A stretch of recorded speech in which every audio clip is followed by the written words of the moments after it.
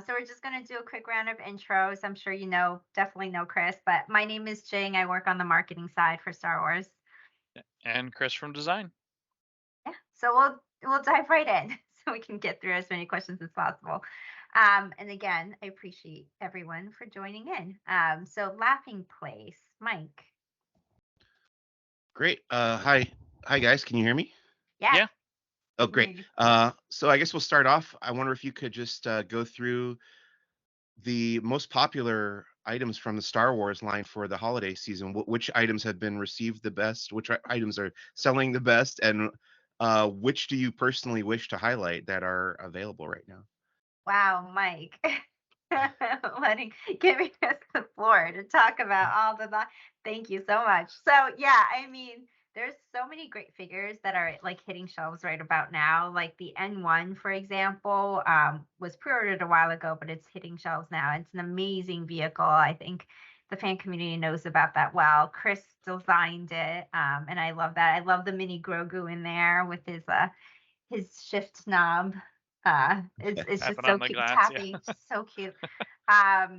We've also had Ahsoka. The Ahsoka show just wrapped up, as you know, on Disney Plus, and we have great figures tied to that entertainment. So that's on shelf now.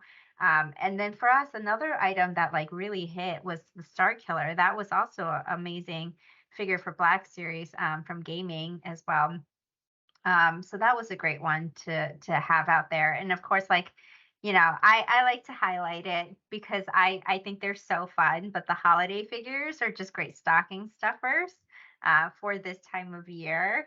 They're so fun, they're whimsical, they're a great way to celebrate and get into the season for it. And Eric does such a great job just like letting his creativity spew out onto those figures. Yeah. There's So one of those are them some good right ones. there on my shelf behind me. He's an elf on the shelf, just like find Yeah, that the gingerbread trooper. Yeah, right one. there. But yeah, thank you for asking. I think that's a great Awesome. question. Thank you. Plus All all the right. great Gift the Galaxy stuff that just announced today. So Yeah, for pre-order. There's some that are dropping for pre-order today. Tomorrow, pre-order tomorrow, revealing today. So definitely check those out as well. Adventures in collecting.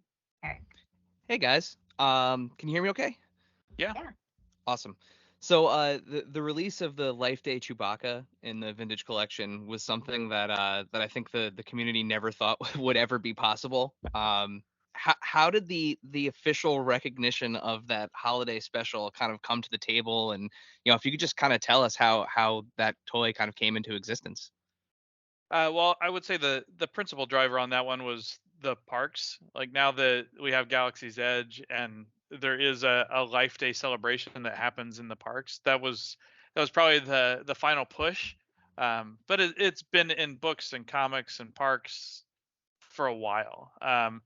So working on that figure with the whole Disney team and folks at Lucasfilm to really support that holiday, and like that was it was very fun. Like talking about the nuances of what that little ball is that Chewbacca carries around is that was a that was a fun couple days. So yeah, I'm glad everybody loves that. We hope we can do more fun things like that for you guys in the future. Yeah, hopefully we get bartender B. Arthur next. Would you put B. Arthur over Lumpy and Itchy? And or 1,000%, 1,000%. Yeah, that was a fun partnership with Lucasfilm. All right. Star Wars collector, Dan. So, we're glad to finally see some new Black Series 6-inch Phantom Menace figures, but fans had a concern with the prototype photos of Padme Amidala. She looks extremely angry. Is this her final look, or did you change anything before production started? No, actually, I have one sitting on my desk of her more final look. We were just shooting updated photos of her. She that first one was a very early prototype, just to get some early reveal photos for you guys. But I can kind of show you here. She's much better. Yeah, it's just more subtle and really really nails the likeness.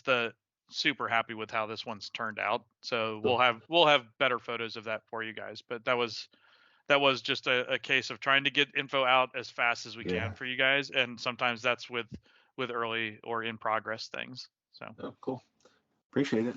yeah, crazy. Just she's sitting here because I was looking at her earlier. So Thank you. Yeah, Chris just like has like a deep bag of things to reference. He's just like, oh, that one right there, that holiday figure right there. So, but thanks for asking that question, and hopefully we'll get some of those images out. Thank you. Excuse me. Fantha Tracks, Mark. Hi guys. Hi. hey, Obviously next year looks like it's going to be fairly quiet comparatively on Disney Plus. So as a knock-on effect of that, does that give you more open slots to work on classic figures, bringing in figures from shows that have been around for longer? My question is really, is that a good thing for you or is that a bad thing for you? Does it give you the chance to clear the boards on things you might have had hanging around for a while, or would you rather be forging ahead with brand new content? I mean, both. We want to do both. There's always so much to do. I will say, lucky for us that there's just so much in Star Wars for us to get out and get into and deep dive. Like, there's just so much. We have like, a great partnership with Lucasfilm and so much entertainment and like great fan feedback as well on items that they want to see. So it'll be fun to see what we're spending our time on and revealing in the next couple months for sure. And definitely stay tuned. But yeah, I think, lucky for us, there's been some great entertainment from Lucasfilm thus far as well. And we'll continue to put out items that fans hopefully would love to see. yeah, and we were talking about this too, where it's like, I mean, think about back in the day when all we had were movies and how much time there was between movies and how that just felt normal. And now everybody starts to worry about 3 months without new shows.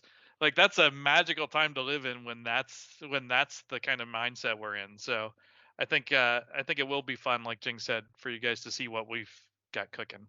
So All right. That was round one. So we're gonna go back to the front, to the top laughing place, Mike. Okay, so you mentioned Gift the Galaxy at the end of my last question, and I was wondering how you guys go about coordinating with Lucasfilm and Disney products on this campaign and how it helps you get the word out about the new toys. Yeah, so I mean, it's great to have StarWars.com definitely take the lead in pulling together all these giftable toys and holiday items for the fans in your lives and for you guys as well. And so we actually had some reveals this morning from Gift the Galaxy. It's just a great time to get that news out in partnership with Lucasfilm. And it's relevant and skippable, and it's a good conversation to have during this time, especially. And Hasbro luckily gets to be a part of that. We've had 3 reveals just this morning, just like an hour ago. So we love to have fans take a look, and there's just more information to come in general about like everything that we're revealing across the board. But it was good to work with Lucasfilm on Gift the Galaxy for this holiday season. Awesome. Thanks. Yeah, so definitely check out StarWars.com.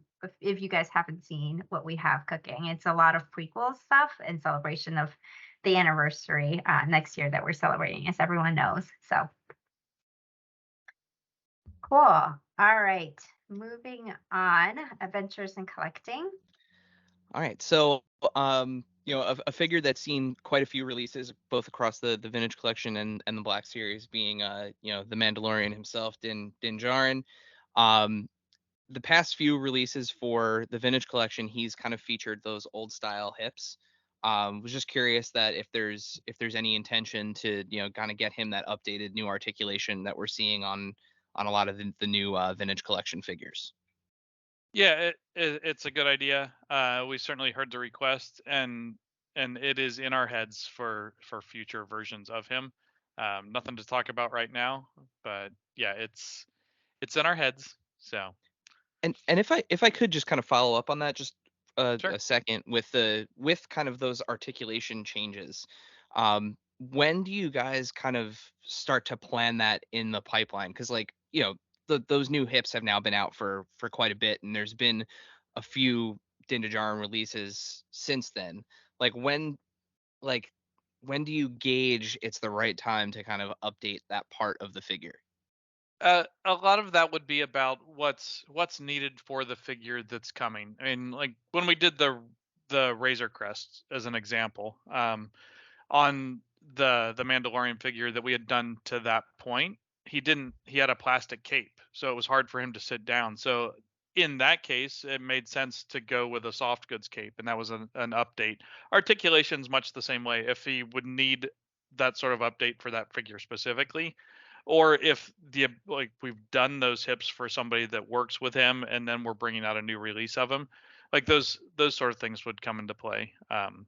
So it varies a little bit, but a lot of it's driven by whether it's needed for the release, because we don't want to spend that money unnecessarily, and I say unnecessarily casually, like and it would be great to update every figure with all the articulations that we've developed over the years, but it's just not practical. So trying to find the right time to bring those in.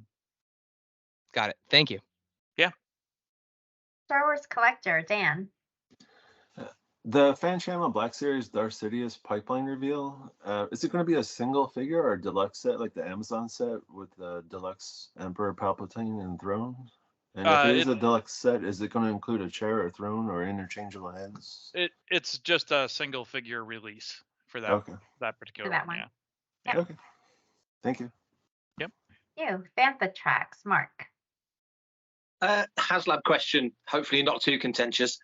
You've had great success with the vintage HasLab releases. They've gone great guns and continue to do so. Black Series maybe not so much. So internally, if as much as you can say, do you want to push on and hopefully make Black Series and HasLab work better together, or do you think maybe HasLab and Vintage Collection are the perfect partnership for these two things? Yeah, I mean, we've been so lucky where the community really rallied behind the Vintage Collection HasLabs that we've done recently, and it's great to see, and it's great feedback and great info and great history for us to go into. That being said, like we know there's definitely passionate fans out there in the Black Series community as well. It's just a balance of finding the right product at the right time, the right offering for the fan community. So, nothing is off the table, I would say. We definitely want to cater to both communities as much as possible. So let us know in terms of what makes sense for everyone, and we'll definitely keep that in mind. But by no means is Black Series just always off the table. We know that there's lots of fans out there for Black Series, and we know there was lots of passions for the HasLabs that we did do in Black Series, for example. So we just need to make sure that it's right, because everybody wants to make sure it's right. Right, and finding the right dream for Black Series is as important as finding those dreams for Vintage Collection. Yeah. I think it's been the Vintage Collection community has been very vocal for a long time on dream projects of theirs. So we've had a couple that have been very naturals. So yeah. Let's keep talking and we'll figure something out. Yeah. Laughing Place, Mike.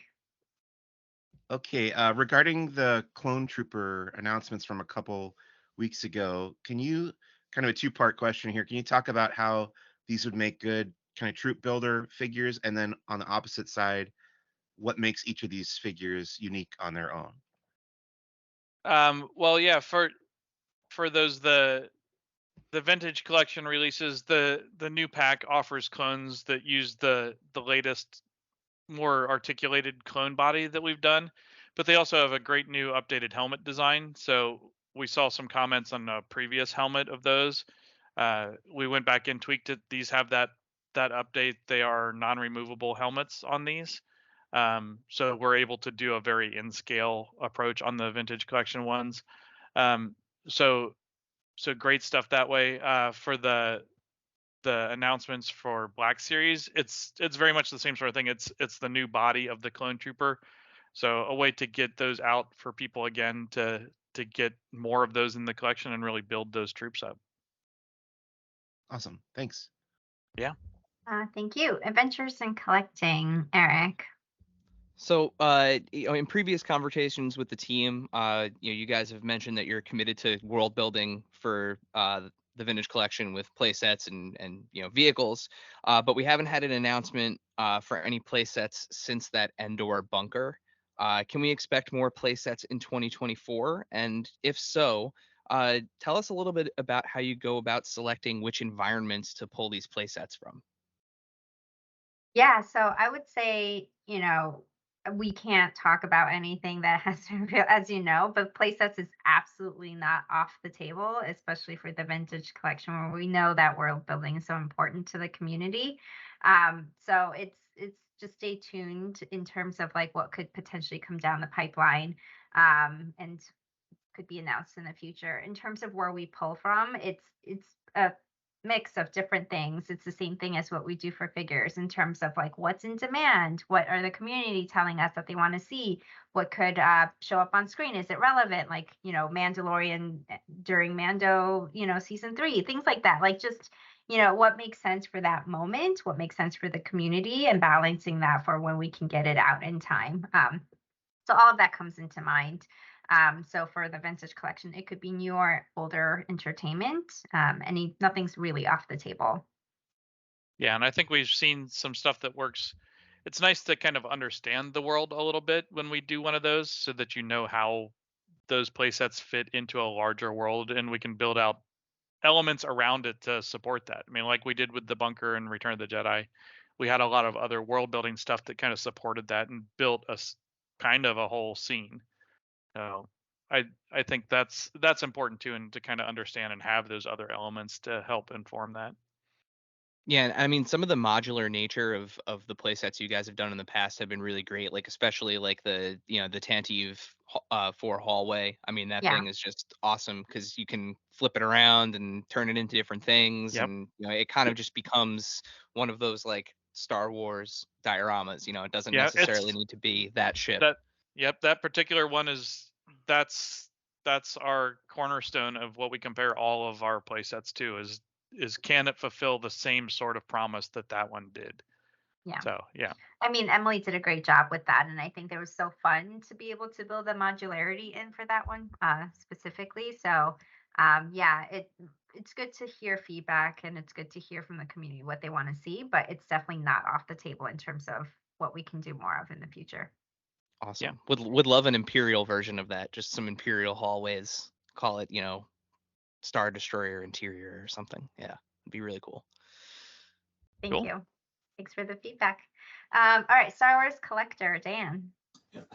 Whatever happened to the fan channel exclusive Black Series Coyote Monday figure? It was announced back in February, and pre-orders never took place or anything. And a couple of them already showed up on some auction sites. Are we going to see them anytime soon? Yeah, that one was a funny one. It was announced really early, and it's definitely still coming. And sorry, there was no pre-order for that, but it's actually tracking for later next year, I guess, because we're at the end of 23. That's insane. But yeah, we're thinking about it's probably currently tracking towards summer of 24. So at that point, fans will start seeing it. But yeah, it's definitely coming. I know fans were really excited about that, and it's one of those things that we feel super early. But hopefully everyone will get a chance to get that in hand pretty soon. Cool. Thank you. Fantha Tracks, Mark. Bit of a sidestep question, hopefully not unwelcome. Can we expect or anticipate any more Indiana Jones releases in either format, 6-inch or 3 3/4? Oh yeah, we don't have anything to announce. We love the lines we did, and the success of them will drive future stuff. I think Patrick mentioned previously that for the new stuff, we made a conscious decision not to do the 3 3/4 inch line, because we wanted to lean into Black Series scale and that 6-inch stuff. So I wouldn't think that if we would go forward with more, that we would go back on that and do 3 3/4. I would think it would be more 6-inch stuff. But again, nothing to announce on that. So Cool. All right, Laughing Place, Mike. So you guys recently announced the droid R46D0 from The Mandalorian, which is a relatively obscure background character from the show. I love seeing the more background and side characters coming out in the Black Series, which tends to favor the central characters. But I'm curious, like, what is the selection process for those type of more obscure characters? Like, how did you go about picking R460 and not like another droid or another side or obscure character from that series? Yeah, well, I mean that's one that we kind of had it in our heads that we wanted to do a droid, and we had been playing with our new R2 body, the larger one. Hadn't done an R4 head yet for that at the time. And that was that showed up in our reference deliveries from Lucasfilm early on as a main character's companion droid. So it made a lot of sense with all that color and stuff on him as a way to do something new. I think that one was also an exclusive, if I remember right. I And think it's a it Walmart. was, Yeah. yeah, and it answered a request to have kind of new and exclusive stuff for that exclusive retailer. So it was kind of all these things coming together and really a way to get a new fun droid in there. So I mean that's the story on that one, but it's a similar thing every time.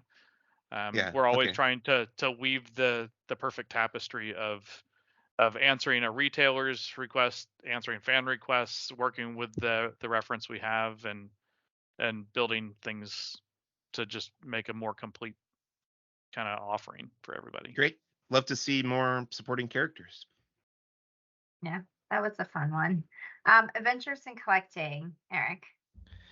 So, with the I would say the success of the last two, kind of single pilot vehicles, and Antok Merrick's X-wing and the N1 Starfighter being such popular releases, what would you guys say that means for vehicles of the same or similar class, going forward?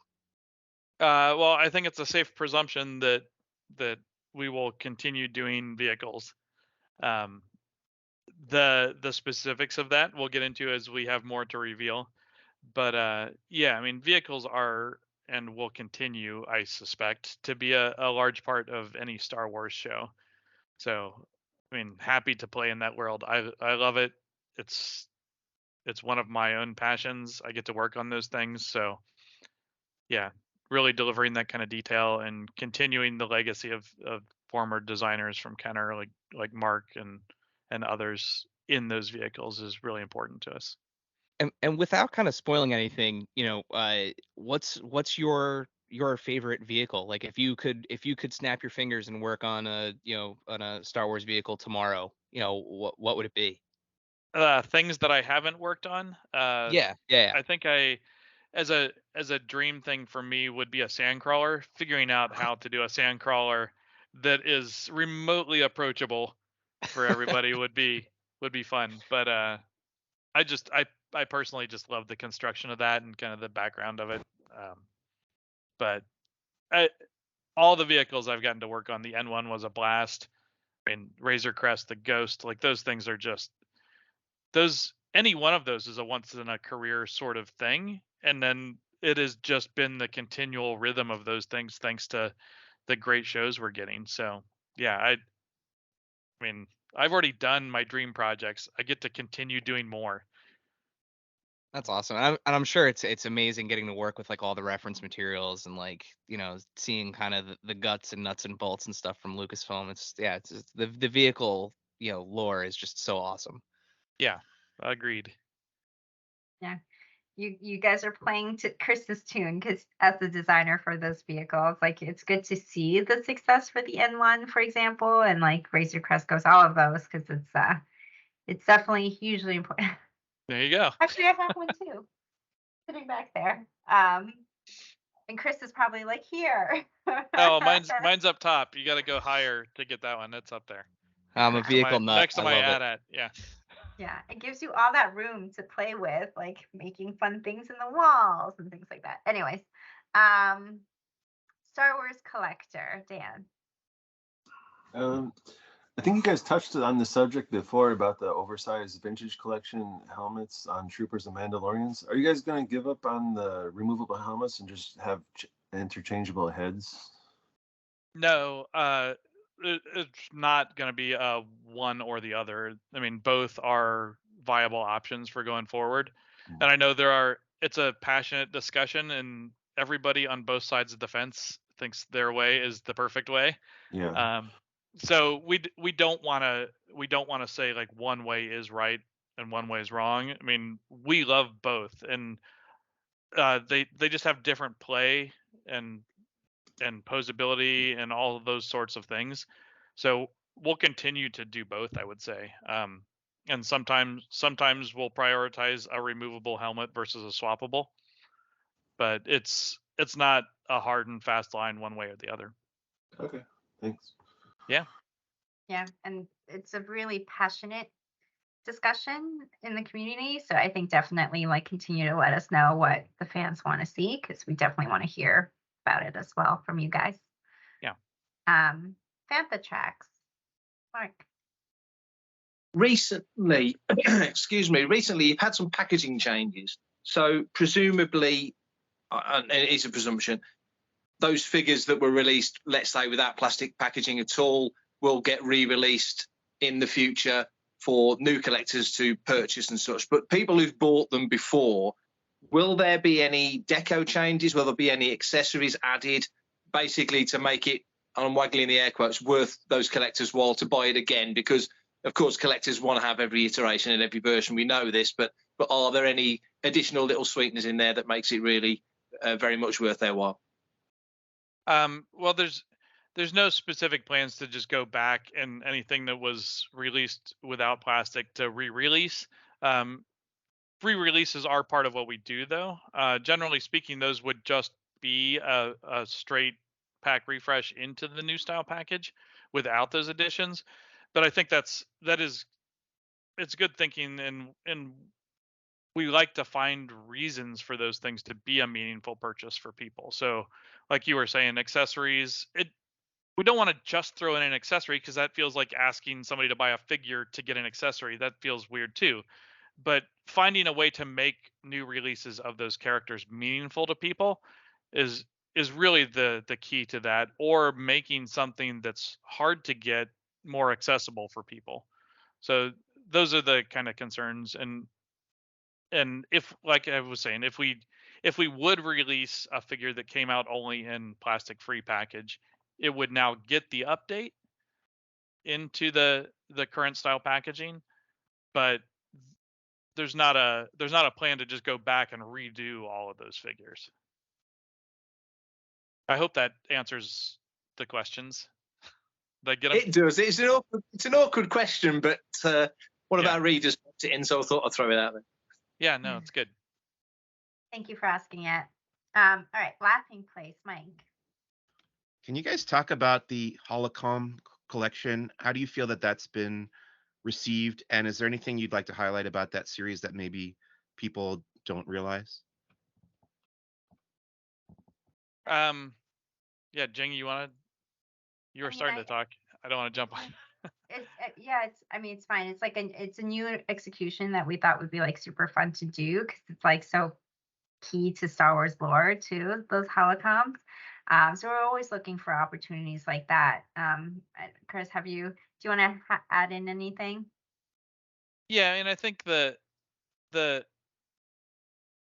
was something we thought would be really fun, and it kind of came out of some other brainstorming and just really made a lot of sense to us. Like I think the response to those has been pretty good. So I think that for me it's a really great way to display a figure. And I don't know if you've played with them, but even a figure without it being clear displays great on those little hologram bases. So I think it's fun to see that. We were experimenting, and it kind of made sense to answer some of our own challenges to ourselves, like, hey, what can we do? How can we plus this up and make something cool and unique? So Yeah. The different lighting modes, for example, the team talked quite a bit about that. And I think honestly what came about also is just like, man, us as fans on the team was like, it'd be so cool if we could have a hologrammed figure sitting on our shelf. Yeah. So well, and I think too, when we were doing that, it was coming out of the show when we were like bounties. I mean that's kind of how we meet the Mandalorian is a whole bounty thing. So thinking of those figures as kind of FOMO figures or chase figures, and kind of the figures themselves for fans are kind of a bounty, and playing into that and throwing a bounty value on them in universe kind of thing. It was all a fun way to play. Thanks. Adventures in collecting, Eric.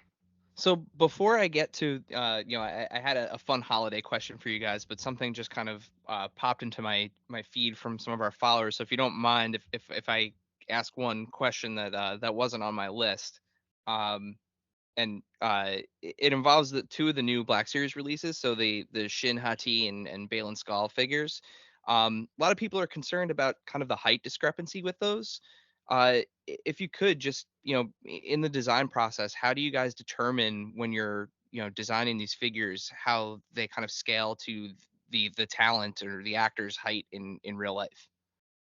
Well, with that sort of thing, we usually have scan data from the production, from our partners at Lucasfilm, so we know exactly how they are relative to each other, and sometimes we'll take that and if it feels very divergent from what feels right, sometimes we'll tweak that a little bit just to compress scale, so that like the tallest character and the smallest character can change a little bit to get closer to each other. But we try and be very authentic across the lines.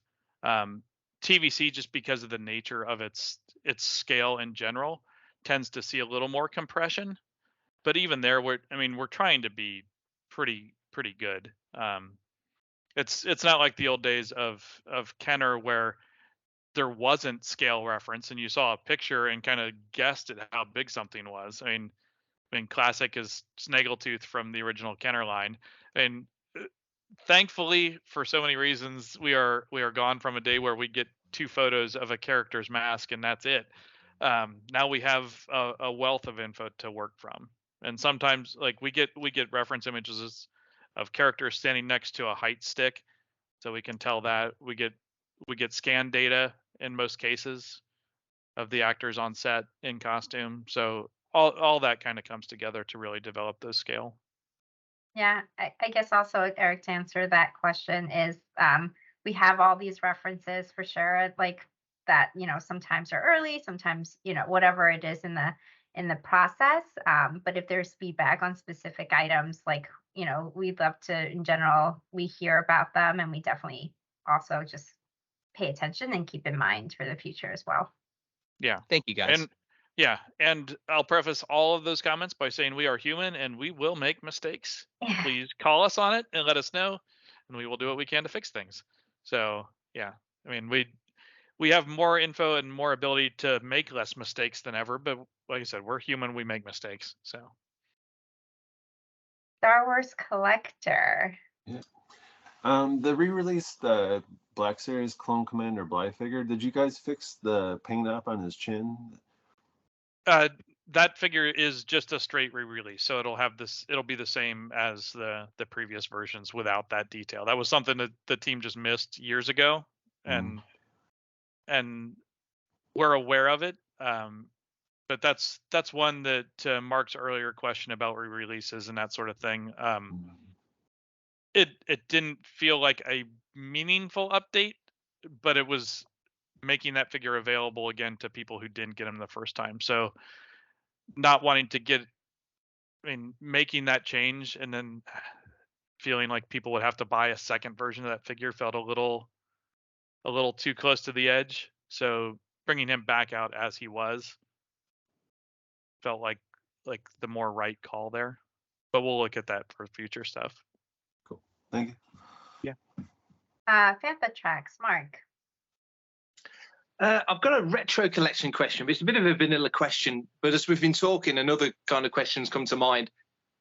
Obviously, the original sculpts or the modern versions of, if that makes sense. And so you put out a wave of Star Wars Empire or Jedi or whatever it is. Mm-hmm. But when you do new figures, a Mando wave, an Ahsoka wave, a Book of Boba wave, whatever, when you look at the original figures from back in the day, there's a distinct difference between, let's say, a Han Solo from Star Wars, a Han Solo from Empire and Jedi. The quality of sculpt seems to progress as it moves on. With the retro collection new sculpts that you would do, what iteration of those 3 films would you describe your level of sculpt at, if that makes any sense? Because it absolutely does. No, Yeah. it is a clear, like, I have a clear answer for you, and that is, when I approach these things, the aesthetic is tail end of Empire, beginning of Jedi, that era. It's a slightly more evolved state of sculpting and detail than we saw with those very early New Hope figures.